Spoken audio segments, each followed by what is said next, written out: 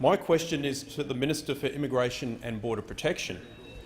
Will the minister inform the House what action the government is taking to clear the backlog of more than 30,000 asylum claims by illegal maritime arrivals that were not processed by the former government?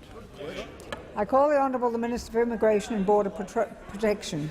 Thank you, Madam Speaker, and I thank the member for Bonner for his question, and I thank the many members on this side of the House who continue to show an interest in this topic, because there have not been any questions from those opposite now for more than 100 days on the issue of border protection, on either to myself, Madam Speaker, or to the Prime Minister. So it would seem, as I've said before, the success we're having in stopping the boats is stopping the questions as well, Madam Speaker, from those who sit opposite. And I'm not surprised, because any time they may dare to ask a question, is it my lucky day? Is it?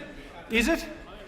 Any day they seek to ask a question in this place, Madam Speaker, there will be the opportunity to remind those opposite of their hopeless failure while they're in government, Madam Speaker. Now, Madam Speaker, on this issue, it is true that Labor left behind a mess on our borders, but they also left behind more than 30,000 people, more than half of those who arrived on their watch, without processing them. And 23,000 of them, Madam Speaker, they didn't even commence processing. So I found it strange on the weekend that the member for Corio said that we needed to start processing people. Where was he, Madam Speaker, from August of 2012 to the election in September of 2013?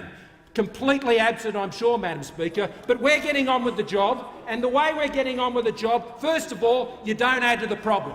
What you do is you don't add to the problem, and we haven't had a successful venture for people smugglers in over 6 months, Madam Speaker. But the next thing you do is you start to process them. And we put in place, Madam Speaker, temporary protection visas which were disallowed by Labor. And is this a question? Is it?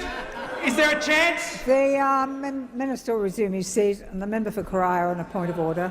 Thank you, Madam Speaker. Relevance. The High Court has just slapped down the minister's processing policy. The question he needs to answer. The member will resume his seat. And I would suggest to the member for Corio that he study the practice and find how properly to use a point of order. It is not an invitation to merely have an argument. The call goes to the minister. Thank you, Madam Speaker. We put in place temporary protection visas which were disallowed by Labor and the Greens, exactly what they did back in 2008, and guess what happened after it? 50,000 people turned up on 800 boats and almost 1,200 people died. And on the weekend we still hear the Shadow Minister unrepentant about the fact that they don't think temporary protection visas has anything to do with this proposition. Madam Speaker, what those opposite need to understand is this government will not provide permanent visas to those who arrived illegally by boat.